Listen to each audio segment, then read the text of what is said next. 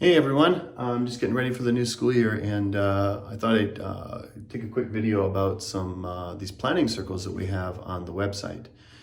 The planning circles are from left here. This is free playtime, circle time, game time, some type of matching flashcard game time, song time, textbook time.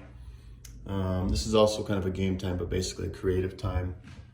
TV or iPad time, dictation time, writing, notebook time, conversation time, and reading time, story time for the teacher or the students to read, speech time, quiz time, arts and crafts time, mystery time, and then Nihongo Corner.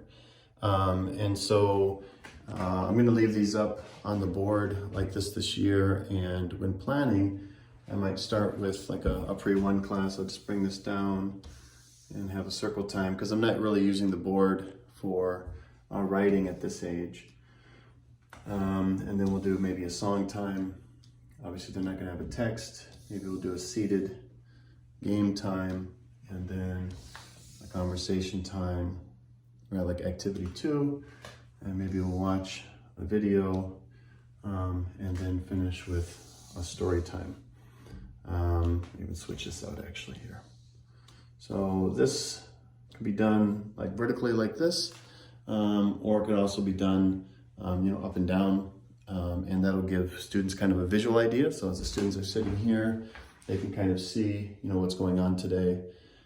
If I wanted to do it vertically here, I could just do it this way and write numbers next to them so the kids know what's next, basically. All right, so those are free on the website. If you want to use them and give them a try, go for it. All right, see ya.